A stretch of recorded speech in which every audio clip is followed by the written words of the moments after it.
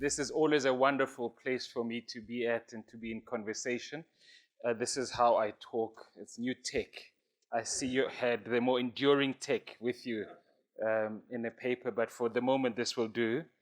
Let me begin in defense of economists. There are two types of economists in theory. One are industrial economists, and those are the ones that you are talking about. Those are very good at explaining the past, but haven't been very helpful in actually helping us to understand the future. And the others are called evolutionary economists. So if you've heard of somebody called Schumpeter, for example, and he has gifted us something that we talk about every day in the business community called disruptive innovation. That was picked up a little later in the 60s by Clayton Christensen the late. But it goes back to Schumpeter's idea that economics is not like a machine. Economics is agile. It's organic. So in defense of economists, there are economists that can help us to make sense of the future. They are not soothsayers. They can't predict the future. They can help us make sense and navigate the future. You spoke, Roland, about 130 years of building on the continent, 130 years of PPC making a contribution on this planet.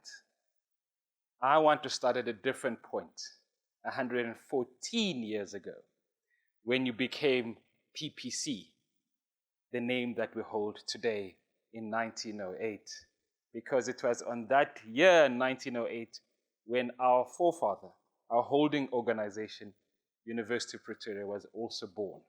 Right? So our histories collide and begin in 1908. Of course, we have other ancestors that are a little older than 114 years.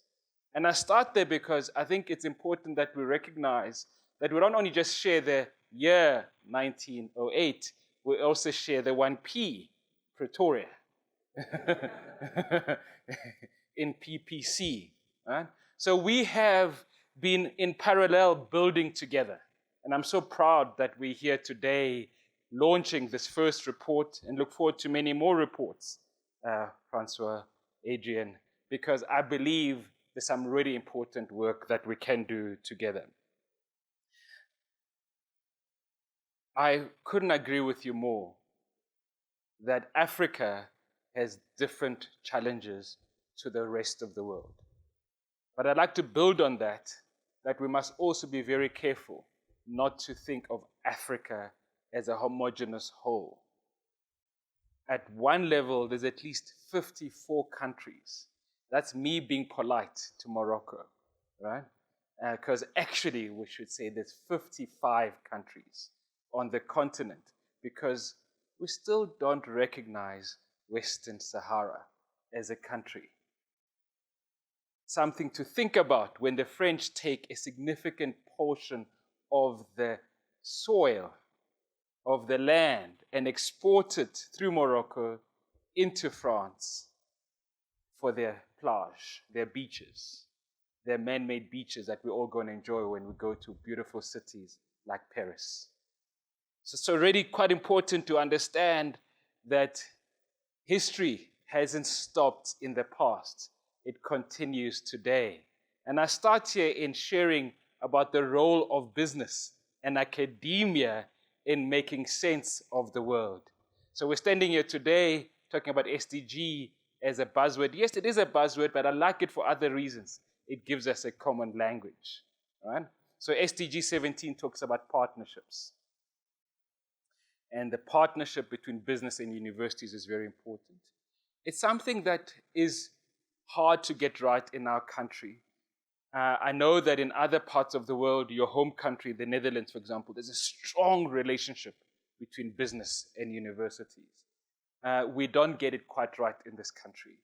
And so our partnership with PPC is one of the few, and we want to build on those. And I think I want to lean on another one, SDG 16, which is about social justice.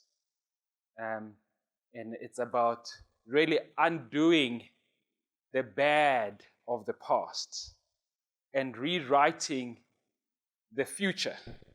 In other words, what we learn from evolutionary economists is that we are path dependent.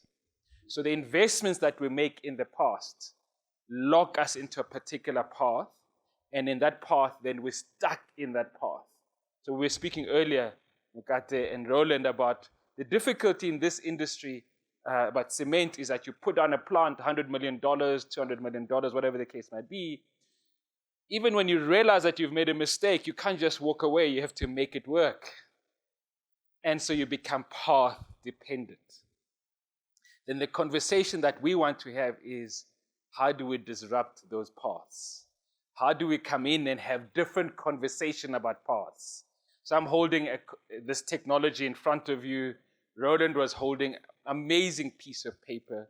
I really respect that technology because for years, for centuries, that technology ruled the world. It defined communities. We were speaking earlier about this thing called metaverse.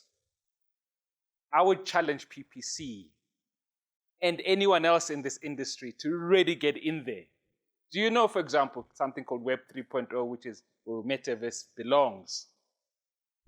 That people are trading property in the metaverse, right? Which means you people can trade how you build property in the metaverse. A house has recently been sold for £6 million in the metaverse. Real money went out of the real world into cryptocurrency and was converted to buy a digital asset. Now, what is interesting about that is then people then want to say, I've now enjoyed it in the metaverse. I want to get the benefits of this in the real world. Right?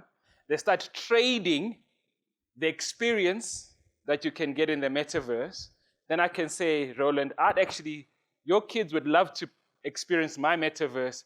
I would like to go and live in your house for a while in the Netherlands. Can I please trade the experience that you have in the metaverse for me actually physically experiencing your house? So if you think about that, what that might mean for organizations like PPC is that you build brand awareness of PPC in the metaverse for the innovations that PPC is driving in the metaverse with a view of capturing the imagination and the communities that are living in this metaverse to translate them back into the real verse.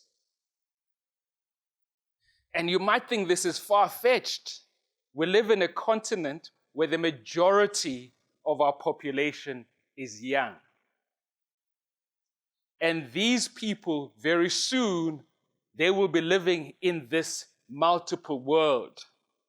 And their commitment to brands, their commitment to lived experiences will not only be created in the lived world, it will also be created in the metaverse. So I just use those as examples of what we might look forward to seeing and to experiencing in terms of innovations for traditional industries like cement, like construction, in the non-traditional worlds that are evolving. And I'm suggesting to you that it's not an either or, it's an and.